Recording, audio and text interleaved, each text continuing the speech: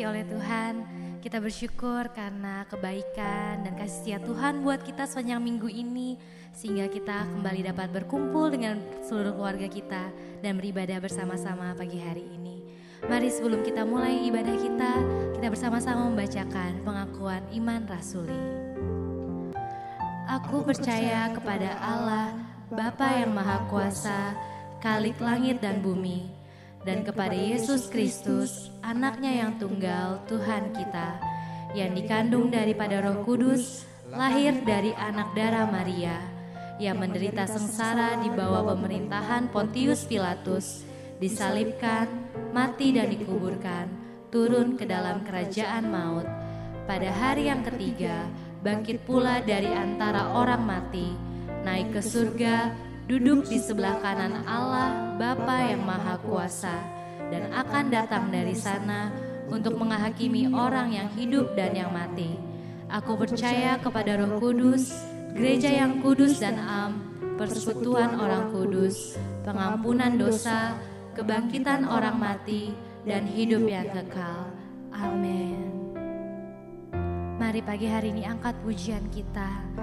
Kita katakan kemenangan terjadi di sini.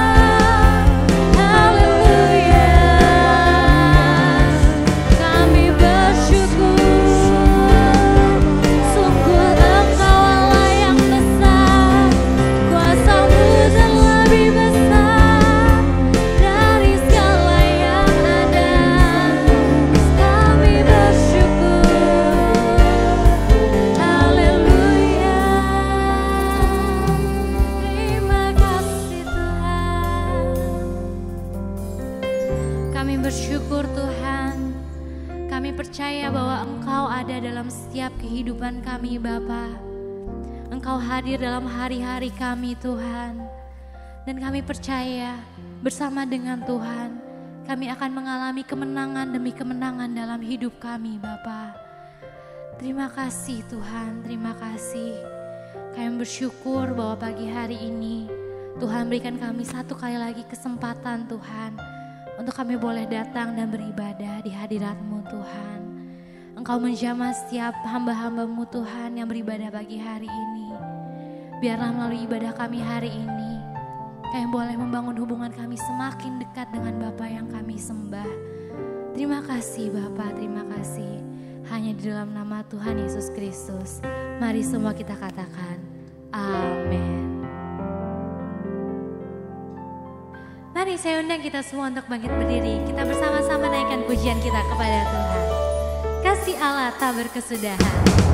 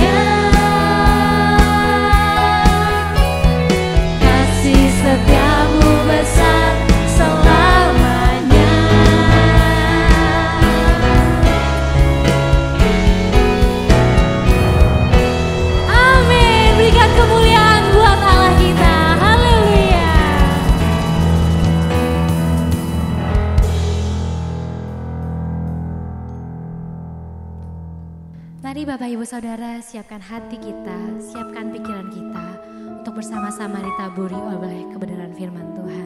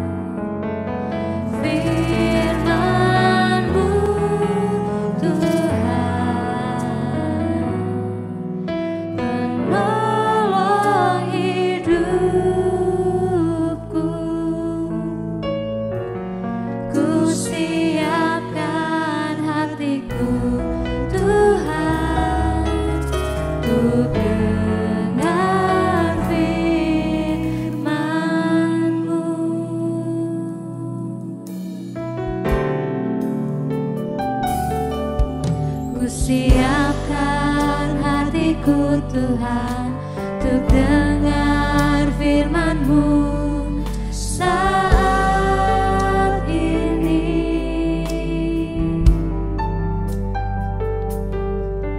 Ku sujud menyembah-Mu Tuhan, masuk hadirat-Mu saat ini.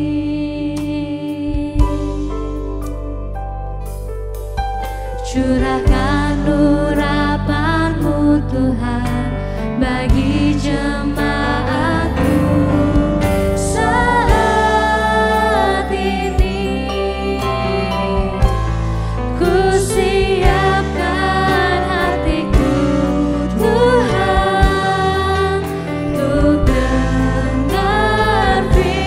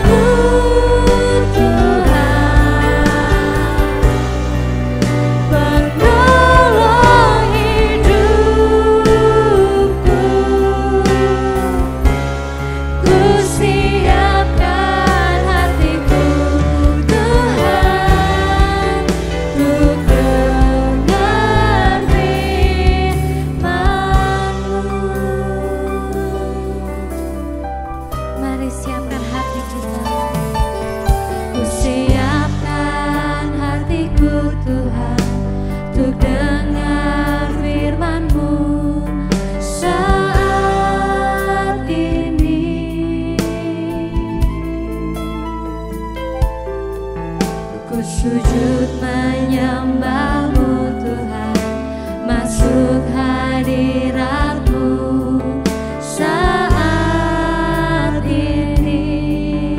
Curahkan urapan-Mu Tuhan, curahkan urapan-Mu Tuhan bagi jemaat-Mu saat ini. Ku siapkan hatiku Tuhan untuk dengar firman-Mu.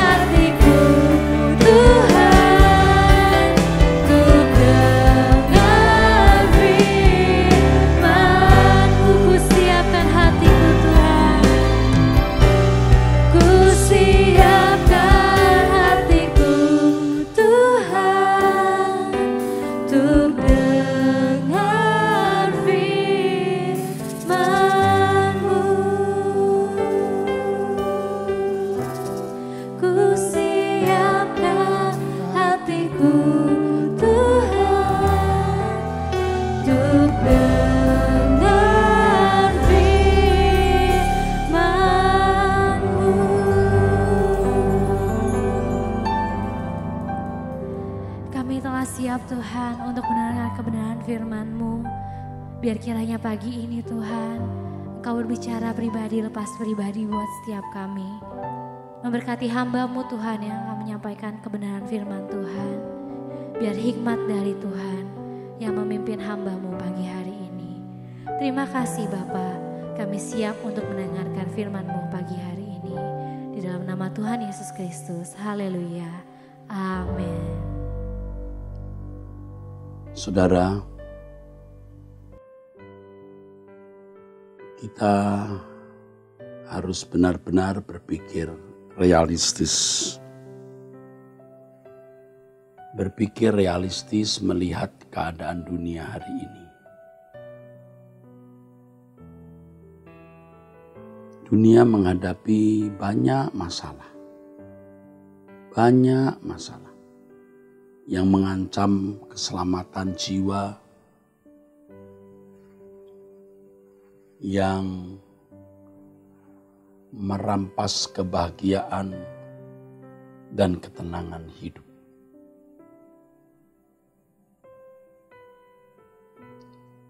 Bukan saja wabah COVID-19,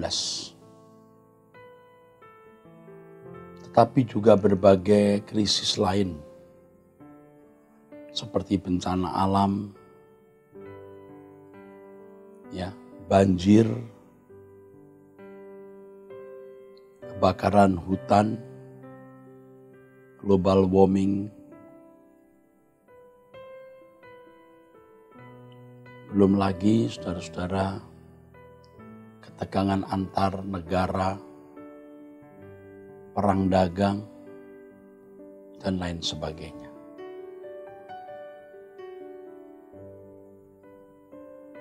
Krisis-krisis kehidupan ini harus membuat kita berpikir logis.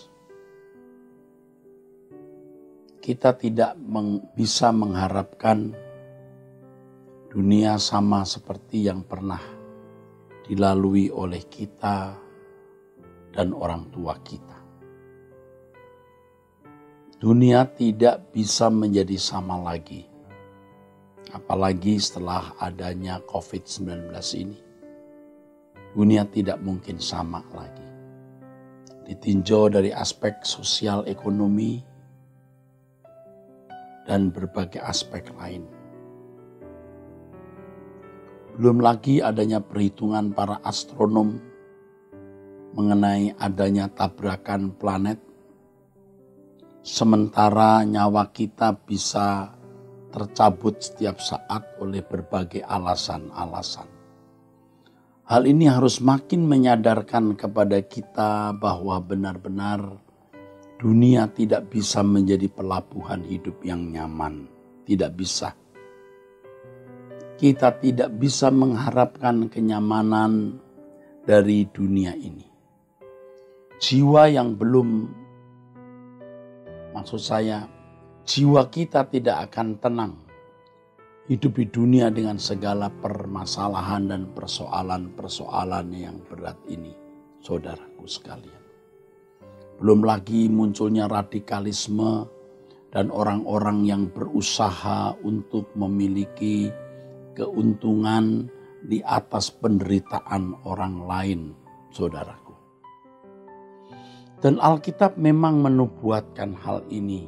Benar-benar Alkitab jelas menubuatkan dalam 2 Timotius 3 ayat 1-5 dan Matius 24 adanya keadaan yang sukar, keadaan yang sulit yang dialami oleh manusia.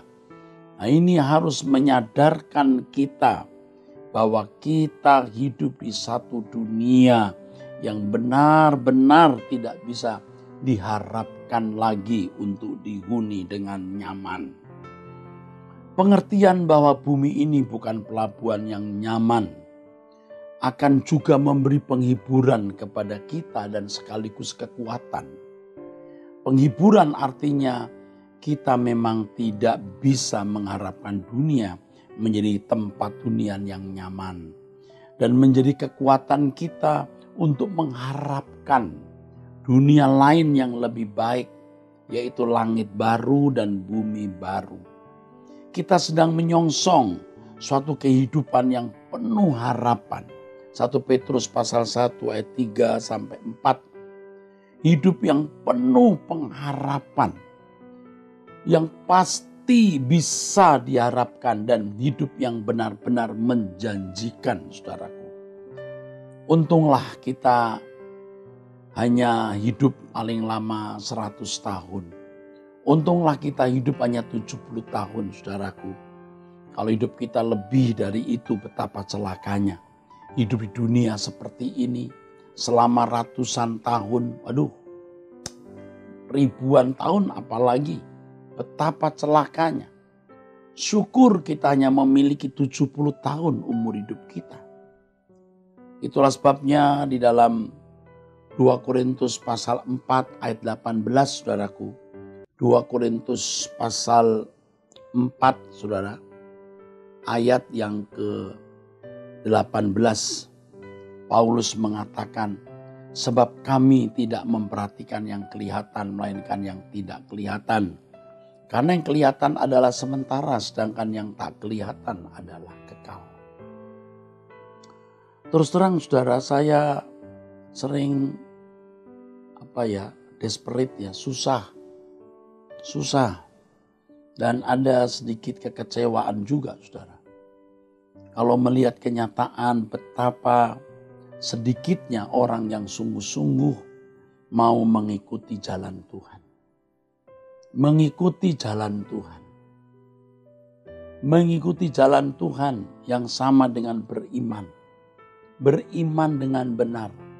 Seperti iman yang ditunjukkan oleh Abraham. Beriman berarti meninggalkan segala sesuatu. Beriman berarti melepaskan segala sesuatu. Dan itu telah ditunjukkan oleh Bapak orang percaya. Dan kalau kita mengaku kita adalah anak-anak Abraham, Abraham adalah Bapak kita, maka kita akan bersedia mencontoh atau meneladani hidupnya. Mencontoh atau meneladani hidupnya, saudara. Yaitu bagaimana dia keluar dari Ur Kasdim untuk menemukan negeri yang Tuhan tunjukkan. Saudara, panggilan Allah kepada Abraham untuk meninggalkan kampung halaman, sanak famili, keluarganya, itu sebuah panggilan yang merubah hidupnya, merubah seluruh peta hidupnya. Dan ini contoh yang diberikan Abraham kepada kita sebagai bapak orang percaya. Kalau kita, saudaraku sekalian,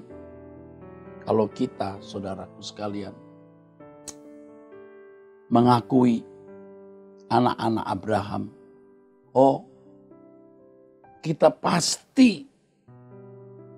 pasti mengikuti jejak hidupnya. Kita pasti bersedia.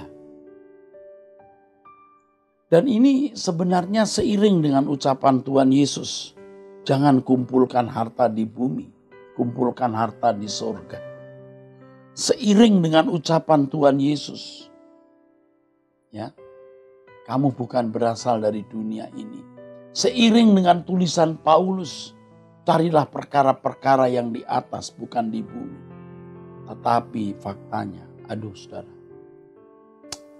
faktanya sedikit sekali orang yang bersedia meninggalkan dunia ini dengan segala percintaannya. Sedikit sekali.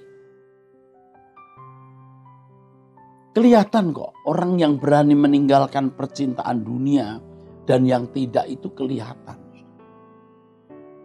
Saya mengkhotbahkan hal ini terus berulang-ulang. Bukan karena saya kurang bahan khotbah.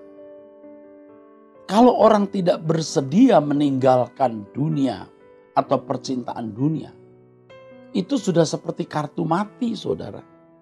Sudah seperti kartu mati. Artinya udah gak bisa diapa-apain.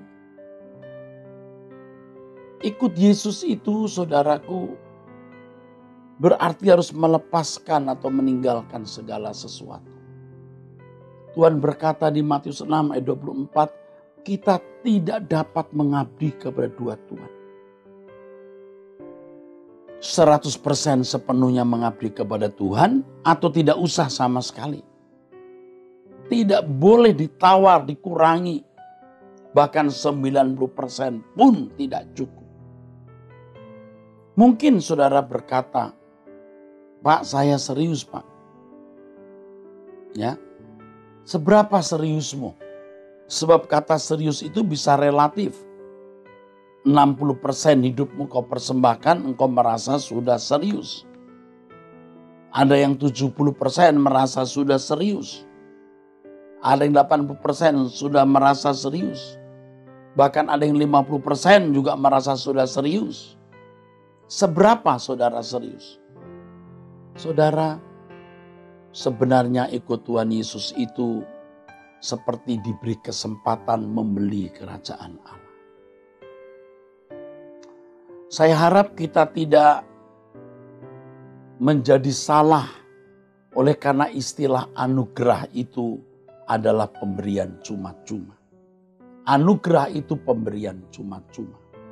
Istilah itu sendiri, saudaraku, bisa membuat kita itu bodoh dan tidak memenuhi bagian kita sebagai orang percaya yang benar, saudara. Mengikut Yesus seperti memperoleh kesempatan membeli kerajaan Allah. Nah, saudara mulai berkata, Pak, bukankah anugerah itu berarti pemberian cuma-cuma? Kok pakai membeli, Pak? Nanti dulu, saudara. Perhatikan, kalau Yesus tidak mati di kayu salib menebus dosa kita tidak bisa membeli kerajaan Allah. Apapun dan bagaimanapun tidak bisa. Karena tidak ada kesempatan untuk itu. Tidak ada. Tidak ada sama sekali. Tapi dengan kematian Yesus di kayu salib memikul dosa-dosa kita, maka kerajaan Allah bisa dibeli. Dimiliki dengan barter. Nah, mungkin saudara berkata kepada saya, Pak, berapa harganya? Barter di situ berapa harganya, Pak? Harganya segenap hidup kita, saudaraku. Segenap hidup kita harganya. Kalau Yesus tidak mati di kayu salib, apapun yang kita lakukan tidak ada artinya. Kita tidak akan pernah bisa memperoleh dan memiliki kerajaan Allah. Tapi dengan Yesus mati di kayu salib, kita bisa berpeluang untuk memperoleh kerajaan Allah. Harganya segenap hidup kita. Kalau Yesus tidak mati di kayu salib, walaupun kita punya 2 kali segenap hidup, juga tidak bisa. Perumpamaan tentang harta terpendam dan mutiara yang berharga. Matius 13 ayat 44. Hal kerajaan surga itu seumpama harta yang terpendam di ladang yang ditemukan orang lalu dipendamkannya lagi. Oleh sebab sukacitanya, pergilah ia menjual seluruh miliknya lalu membeli ladang itu. Demikian pula hal kerajaan surga itu seumpama seorang pedagang yang mencari mutiara yang indah. Setelah ditemukannya mutiara yang sangat berharga, ia pun pergi menjual seluruh miliknya lalu membeli mutiara itu. Saudara, ini tindakan barter. Jelas saya tidak mengada-ada. Kerajaan surga seumpama harta yang terpendam di ladang. Ketika seorang peladang menemukan harta itu, dia menjual seluruh miliknya demi ladang itu, saudara. Demi ladang itu. Orang yang tidak tahu akan berkata, untuk apa beli ladang itu? Banyak ladang kok. Apalagi kamu menjual seluruh harta milikmu termasuk ladang-ladang yang lain demi menemukan ladang ini. Apa bedanya ladang ini? Apa lebihnya ladang ini? Oh, sebenarnya ladang ini tidak beda dengan ladang yang lain. kelihatannya. Tetapi tahukah bahwa di dalam ladang ini ada harta yang tersimpan. Jadi dia rela menjual seluruh miliknya termasuk ladang-ladangnya yang lain demi ladang itu. Yang berharga bukan ladangnya, tetapi harta yang terkandung di dalam ladang tersebut. Nah, ini banyak orang Kristen yang ke gereja tidak merasa mendapat apa-apa, lalu tidak ke gereja lagi, bahkan ada yang sampai menjadi orang yang beragama lain. Coba saudara, ini orang-orang yang tidak mengalami Tuhan. Coba kalau dia mengalami Tuhan, saudara. Oh, dia mengerti bahwa di dalam ladang itu ada harta yang tersimpan, yang tidak ternilai harganya. Lalu dikatakan kerajaan surga itu seumpama seorang pedagang yang mencari mutiara yang indah. Setelah ditemukannya mutiara yang sangat berharga, ia pun menjual seluruh miliknya lalu membeli mutiara itu. Nah, ini apalagi nih, seperti menyalahi atau melanggar prinsip ekonomi, di mana seseorang harus menggunakan modal sekecil-kecilnya, seminimais mungkin, semurah-murahnya demi untuk memperoleh keuntungan yang lebih besar. Itu prinsip ekonomi. Membelanjakan atau menggunakan modal seminimal mungkin demi keuntungan yang lebih besar. Tetapi pedagang ini, wah saudara, sudah miring ini. Dia menjual seluruh hartanya untuk membeli mutiara yang sangat berharga. Ini barter. Ini barter. Nah, bicara mengenai barter ini, saudara, ternyata Paulus telah memperagakan barter ini, saudara. Ya.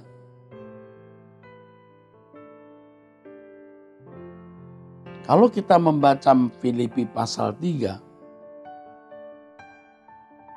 ayat yang ke-7.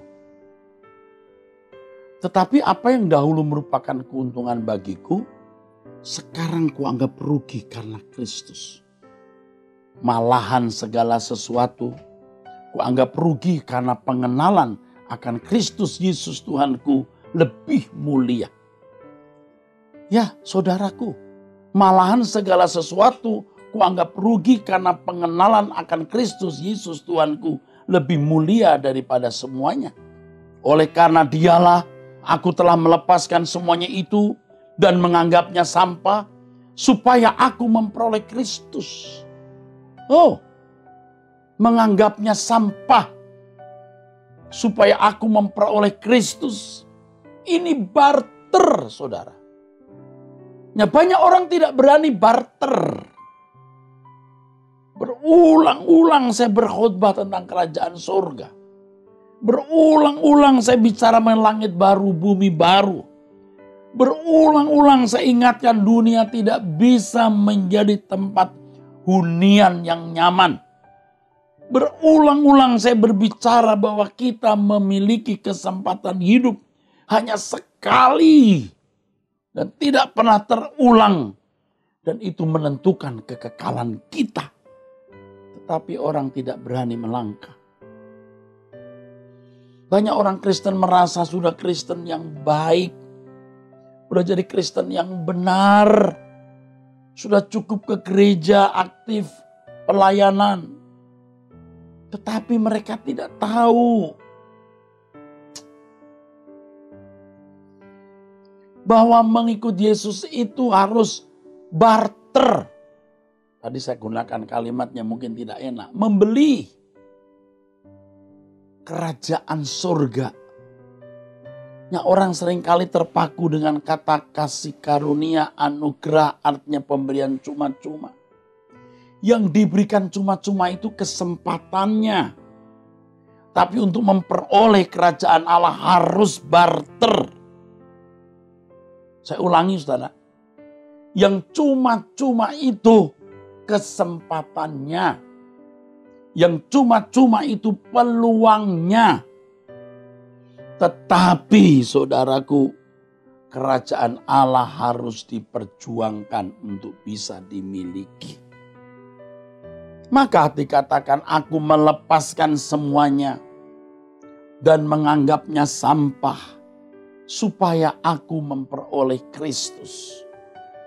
Saudara, ini jelas. Ada barter. Nah, banyak orang Kristen tidak mau barter. Dia mau menikmati hidup seperti anak-anak dunia lain. Dengan irama hidupnya, saudaraku sekalian. Dan merasa sudah memiliki percaya yang benar dan layak masuk kerajaan surga. Jadi Tuhan memberi kita anugerah. Tuhan memberikan kita kasih karunia. Tuhan memberikan kepada kita sesuatu yang cuma-cuma. Tetapi yang cuma-cuma, yang gratis itu kesempatannya, saudara. Kesempatannya. Kalau tidak mau menyerahkan segenap hidupnya, tidak bisa. Tidak akan memiliki kerajaan surga itu. Jelas kok Tuhan Yesus berkata, kamu tidak dapat mengabdi kepada dua Tuhan. Jelas sekali. Tapi banyak orang yang hidup dalam kewajaran anak dunia. Kewajaran anak dunia. Dan inilah yang membuat mereka tidak mengenal keselamatan dengan benar dan tidak memilikinya. Kalau jujur bicara, saudara, sangat sedikit orang yang benar-benar mengerti keselamatan, ya, memilikinya dan mengalaminya sedikit sekali. Kekristenan seringkali hanya menjadi tambahan. Bahkan tidak jarang kekristenan hanya menjadi sarana orang mau memperoleh pertolongan dari Tuhan untuk pemenuhan kebutuhan jasmani. Padahal saudara, kekristenan tidaklah demikian. Kekristenan itu saudaraku sekalian jalan hidup. Kita harus menjalani hidupnya Tuhan Yesus, saudara. Nah, kalau kita membaca ayat-ayat tadi jelas ya, adanya barter ya saudara. Tidak bisa dihindari. Aku melepaskan semuanya dan menganggapnya sampah supaya aku memperoleh Kristus. Ironis saudara, saya bertahun-tahun menjadi pendeta juga tidak berani barter secara all out. Ya, saya mau jadi pendeta yang baik-baik. Ya, tidak mau masuk surga. Tidak mau masuk neraka, mau masuk surga. Aku mau jadi pendeta baik-baik, mau masuk surga. Tidak mau masuk neraka. Tidak mau. Siapa yang mau masuk neraka? Aku mau jadi pendeta yang masuk surga. Tapi tidak mau kehilangan segala sesuatu. Tidak mau kehilangan segala sesuatu. Ini masalahnya. Jadi sebenarnya saya masih mau hidup wajar. Menikmati hidup. Memiliki aset. Ya, menikmati kesenangan-kesenangan. Bahkan kesenangan-kesenangan yang bisa melukai hati Tuhan. Yang penting saya tidak melanggar moral di mata umum. Di mata manusia yang penting saya baik-baik. Tapi saya belum meninggalkan segala sesuatu. Sampai titik tertentu baru saya menyadari ada yang salah dalam hidup saya ini. Ada yang keliru. Puji Tuhan saudaraku sekalian. Sekarang saya bisa belajar bagaimana melepaskan segala sesuatu. Ya. Tuhan, aku rela mengosongkan bejana jiwaku ini. Begitu. Aku rela mengosongkan bejana jiwaku ini dari segala keinginanku. dan semua hasrat pribadiku. Kalau dari dulu saja saya tahu begini, aduh betapa indahnya, betapa luar biasanya hidup ini, saudara. Yang saya ingatkan saudara-saudara yang tidak berani kehilangan segala sesuatu, Anda tidak akan pernah memiliki Tuhan di dalam hidup saudara. Tidak akan pernah. Tidak mungkin. Ini yang mesti kita mengerti. Kalau kamu tidak menyalipkan daging dengan segala hawa nafsunya, kamu tidak dapat menjadi milik Tuhan. Jelas. Galatia 5 ayat 25, 24, 25. Ya, jelas sekali itu, saudara-saudara. Jadi dari apa yang tadi saya paparkan, kita bisa menemukan bahwa ikut Yesus itu barter. Barter. Kita harus rela kehilangan hidup kita. Ya. Kehilangan hidup kita artinya kita tidak lagi hidup sama seperti sebelum kita mengambil komitmen ini. Ya, kita mau berubah, saudara. Kita mau berubah. Ya, aku melepaskan semuanya dan menganggapnya sampah supaya aku memperoleh Kristus. Saudara, berulang-ulang saya katakan ini.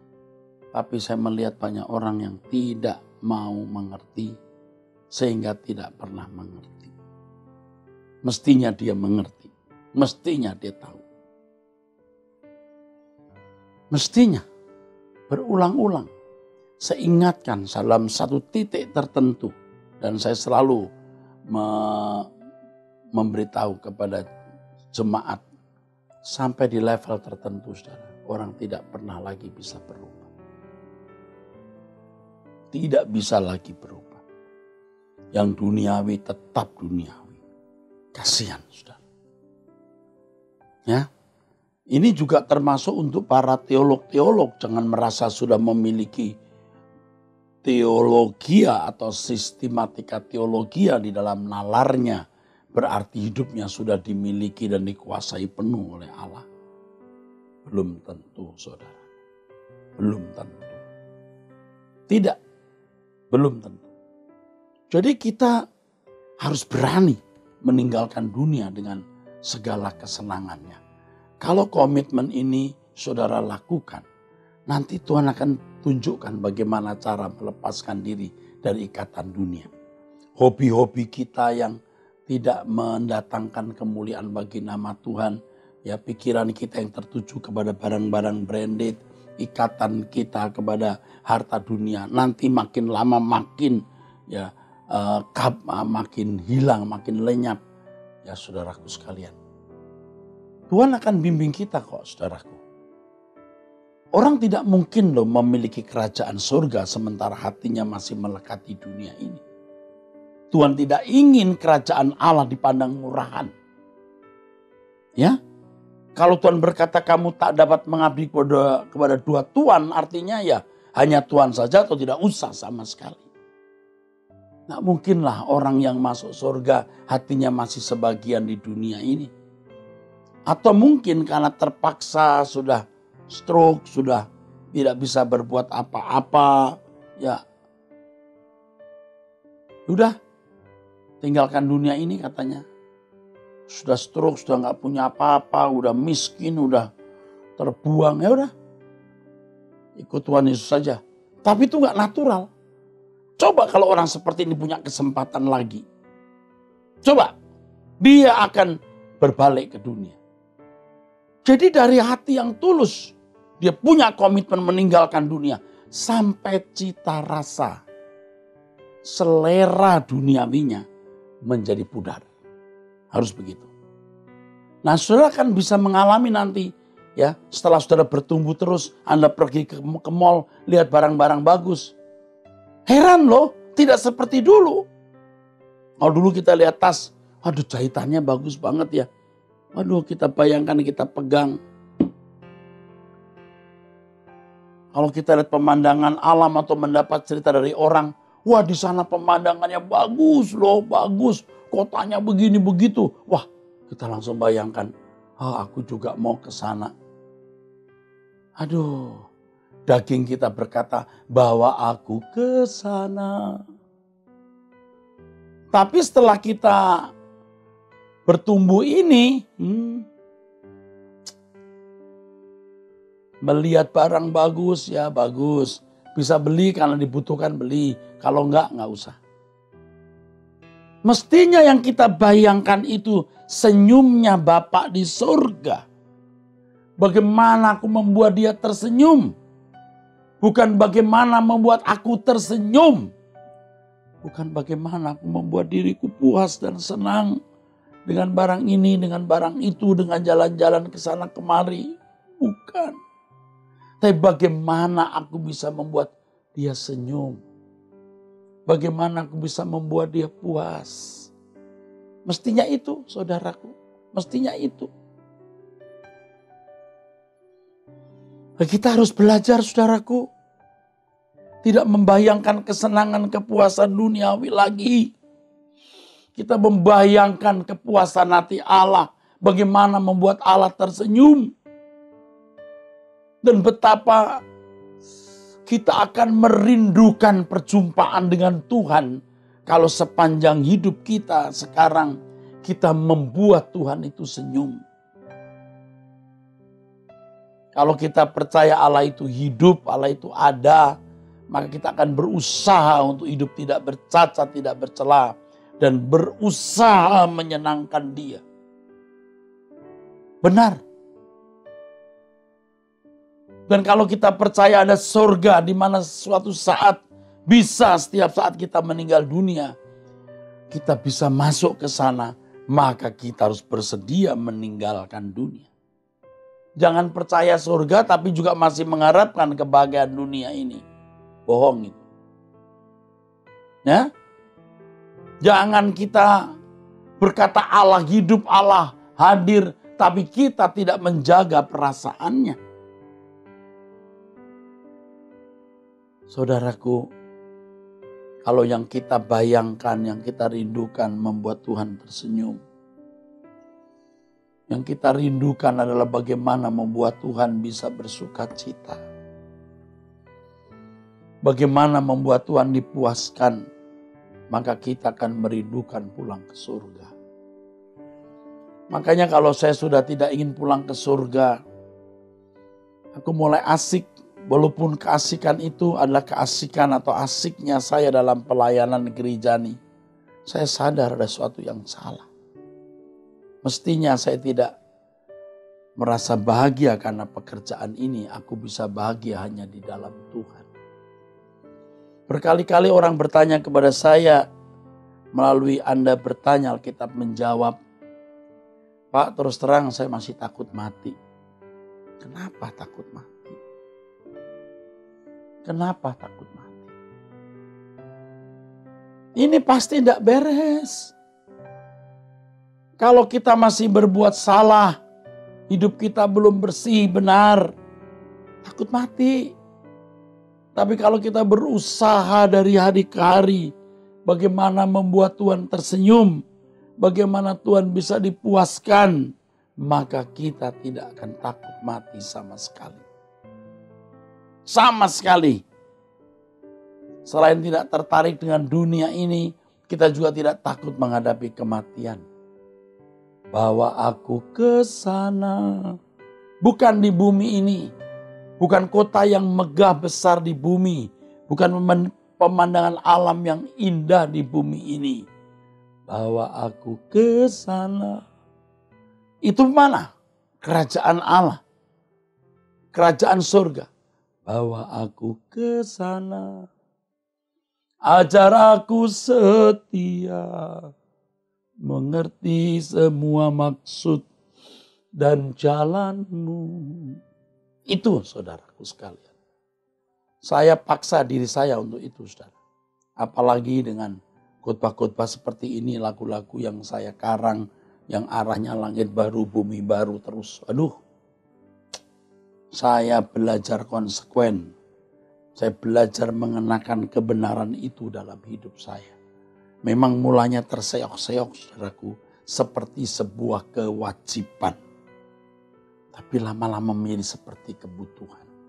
Aku mau pulang ke surga. Hanya hadirat-Mu tempatku Tuhan. Tidak ada tempat yang lain yang ku nantikan. Hanya Engkaulah pengharapanku Tuhan. Itu hanya Engkau pengharapanku ya Allah. Hanya Engkau pengharapanku ya Tuhan.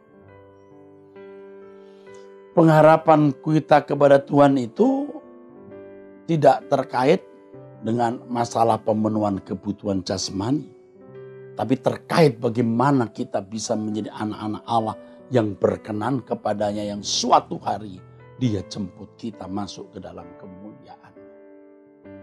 Saudara, di awal pemberitaan firman Tuhan tadi sudah saya katakan, dunia tidak lagi nyaman untuk dihuni.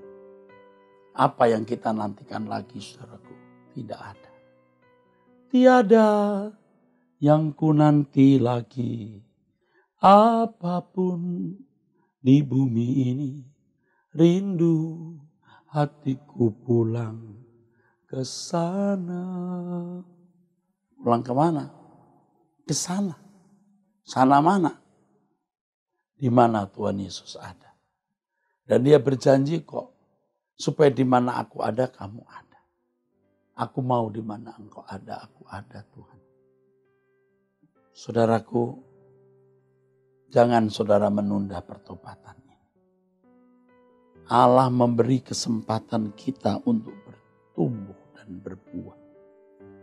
Saudaraku, jangan sia-siakan kesempatan yang berharga ini. Nanti kesempatan ini tidak akan ada lagi. Dan saya ingatkan, tidak ada kekecewaan, tidak ada penyesalan dan ratap tangis. Ya, lebih dari orang yang kehilangan momentum, kehilangan kesempatan. Ya. Tidak banyak kesempatan untuk itu, saudara. Tidak ada kesempatan untuk itu. Suatu saat akan habis. Oleh sebab itu selagi hari siang kata Tuhan, kerjakan pekerjaan Tuhan. Inilah hari siang itu saudara. Saudara mengikuti suara kebenaran, saudara mengikuti pemberitaan firman Tuhan di gereja Suara Kebenaran Injil ini semata-mata hanya mau hidup suci. Semata-mata hanya karena fokus langit baru, bumi baru. Dan semata-mata kita mau memaksimalkan semua potensi kita untuk mengabdi dan melayani Tuhan. Bersyukur sudah di gereja yang tepat, yang mengajak dan mengajarkan kebenaran. Dan hal ini memiliki dampak kekal, dampak abadi untuk kita. Luar biasa.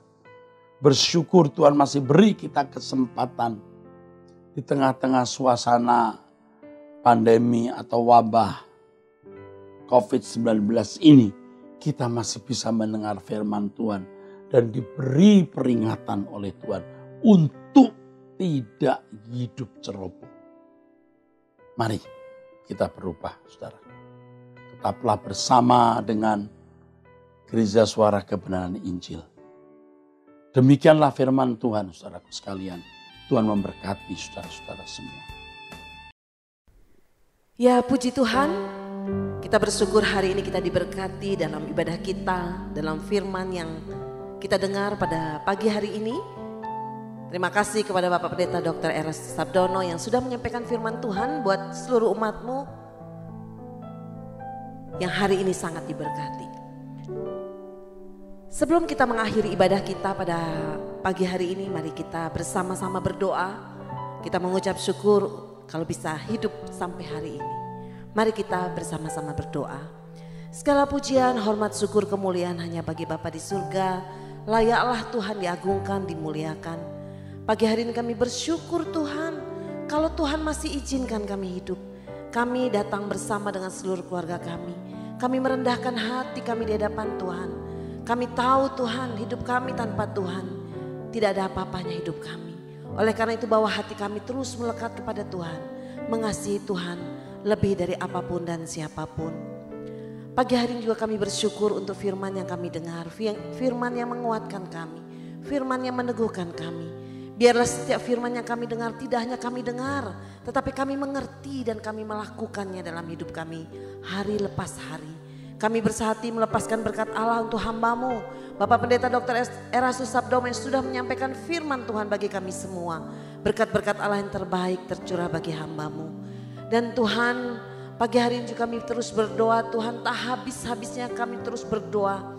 Kami mengasihi bangsa dan negara kami, Tuhan. Bangsa kami ini ada karena Tuhan. Oleh karena itu sebagai warga negara Indonesia kami wajib mendoakan bangsa kami. Kami melepaskan berkat Allah untuk bangsa kami. Bangsa Indonesia diberkati Tuhan, bangsa Indonesia disertai Tuhan.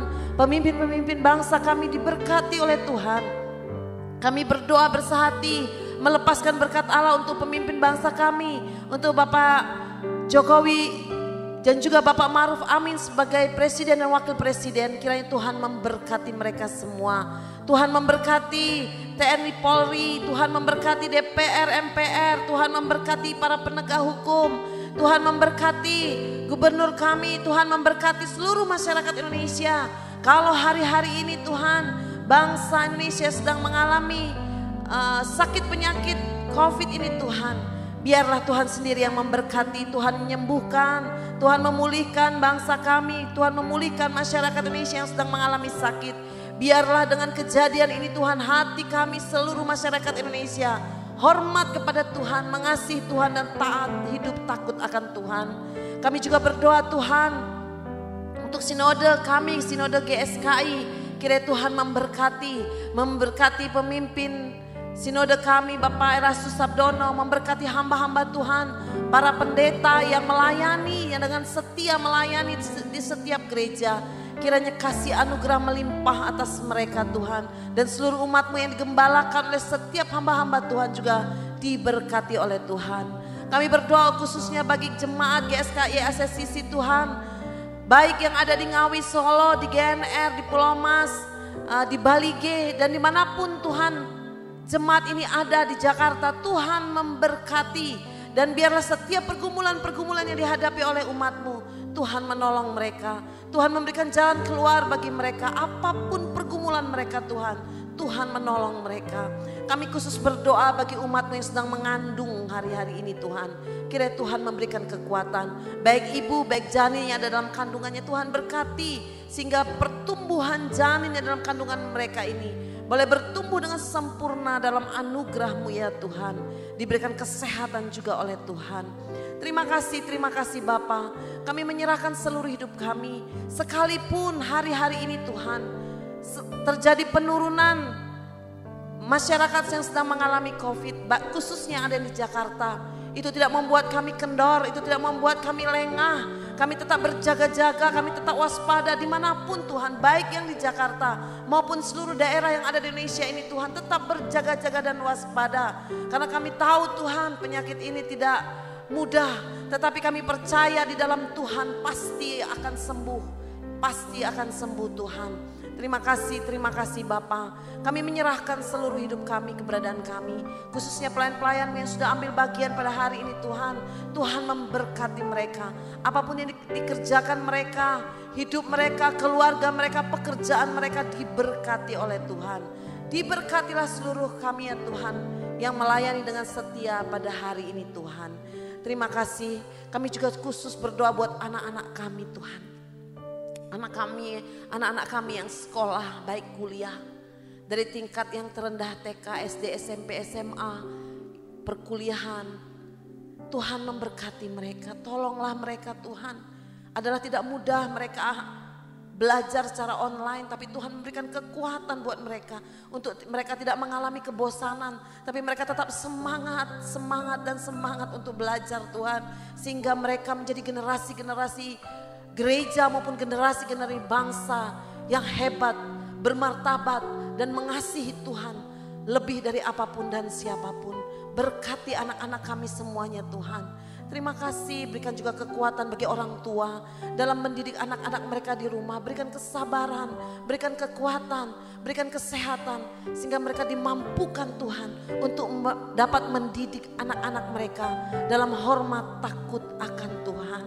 Terima kasih Tuhan Yesus, terima kasih pemeliharaan-Mu sempurna dalam hidup kami. Kami sungguh bersyukur ya Tuhan. Dan hari ini kami akan mengakhiri ibadah kami ya Bapa. Hadirlah Tuhan dalam hidup kami. Tuhan selalu beracara dalam hidup kami. Jangan tinggalkan kami ya Tuhan. Tuhan selalu memelihara dan mengasihi kami semua. Mari jemaat Tuhan, angkat tangan saudara. Arahkan hidup kita hanya kepada Tuhan. Percayalah, jangan takut, jangan gentar. Jangan pernah tinggalkan Tuhan. Setia terus kepada Tuhan.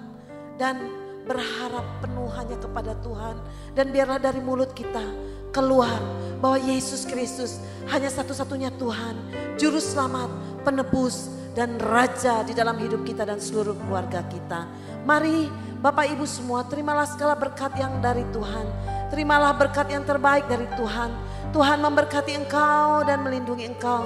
Tuhan menyinari engkau dengan wajahnya dan memberi engkau kasih karunia. Tuhan menghadapkan wajahnya kepadamu dan memberi engkau damai sejahtera. Di dalam nama Yesus Kristus Tuhan, kami berdoa dan bersyukur dan terima berkat-Mu. Amin. Selalu untukmu, selalu untukmu, Tuhan dan Rajaku. Semua yang ku perbuat, semua yang ku perbuat, baik siang dan malam, selalu untukmu. Segenap hidupku, segenap hidupku adalah milikmu, untuk kemuliaan-Mu.